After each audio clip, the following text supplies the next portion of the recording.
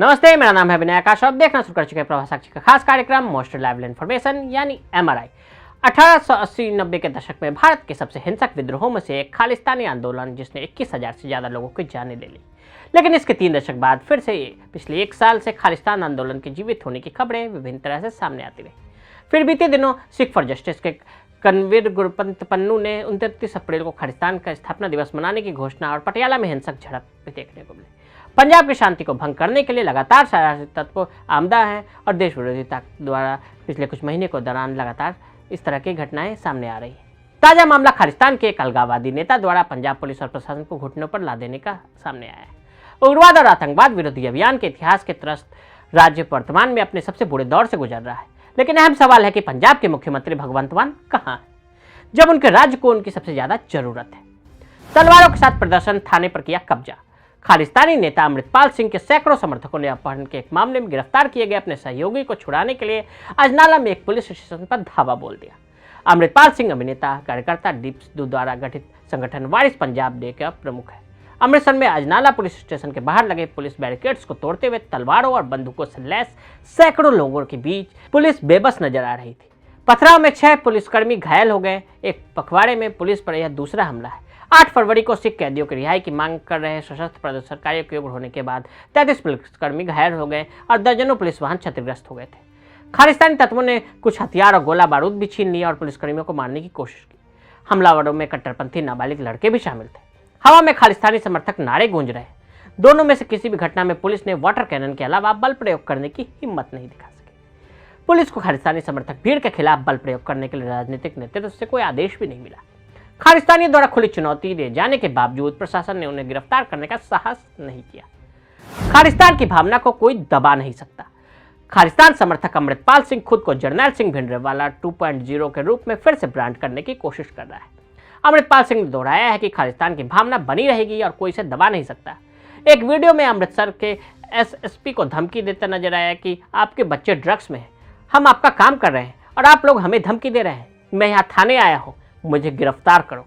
जिस व्यक्ति ने मेरे खिलाफ शिकायत की है वह मानसिक रूप से बीमार है और उसका PGI में इलाज चल रहा है।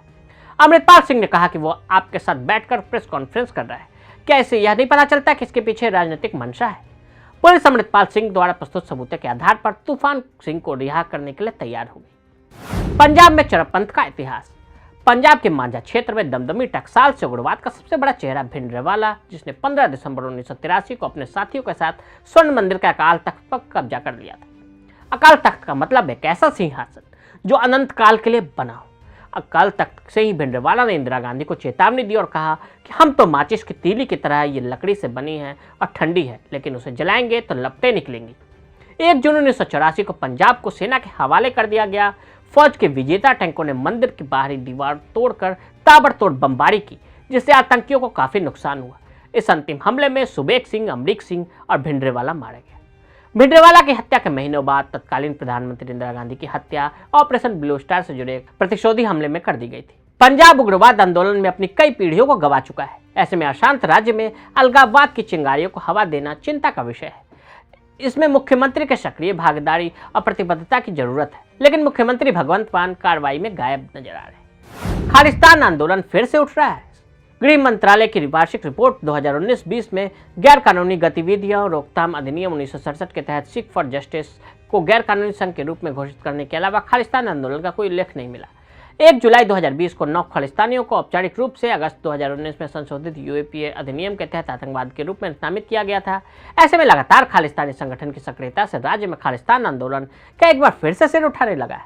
2021 में प्रकाशित हुई द ट्रिब्यून की एक रिपोर्ट के अनुसार BSF ने AK सीरीज राइफल, पिस्तौल, 3322 राउंड गोला बारूद और 485 किलोग्राम हेरोइन सहित सभी प्रकार के 34 हथियार बरामद किए थे। हालांकि गिराए गए बरामद किए गए हथियारों की कुल संख्या के संबंध में कोई आधिकारिक आंकड़े उपलब्ध नहीं है। हथियार और नशीले पदार्थ की तस्करी निश्चित रूप से एक संकेतक है कि आतंकवादी संगठन ISI और पाकिस्तान में खालिस्तानी आतंकी संगठन विद्रोह को पुनर्जीवित करने का प्रयास कर रहे हैं। स्थिति को बदतर होते देर नहीं लगेगी। खालिस्तान एक्सट्रीमिज्म मॉनिटर द्वारा संकलित आधिकारिक स्रोतों के आधार पर आंकड़ों के अनुसार खालिस्तानी आतंकवादी हिंसा के कारण 38 मौतें हुई है। इनमें से 35 आम नागरिक हैं और 3 आतंकवादी शामिल हैं। खालिस्तानी आंदोलन को पुनर्जीवित करने के लिए आईएसआई, पाकिस्तान में स्थित आतंकवादी संगठन और अमेरिका, ब्रिटेन, कनाडा, जर्मनी में स्थित खालिस्तानी समर्थक संगठनों के सर्वोत्तम प्रयासों के बावजूद पंजाब में इसके लिए खड़ा होने वाले की संख्या नगण्य है। हालांकि कई कमजोरियां सर्वव्यापी हैं और स्थिति को बदतर होने में देर नहीं लगेगी। उभरते खतरों का मुकाबला करने के लिए पंजाब पुलिस को पुनर्जीवित करने की और अत्याधुनिक तकनीक के साथ सीमा सुरक्षा कड़ी करने की भी आवश्यकता है। चुनाव प्रचार में लगे मान।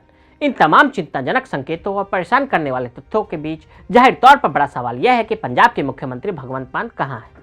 भगवंत मान आज मुंबई में बीएमसी चुनाव से जुड़े एक कार्यक्रम में हिस्सा लेते नजर आए।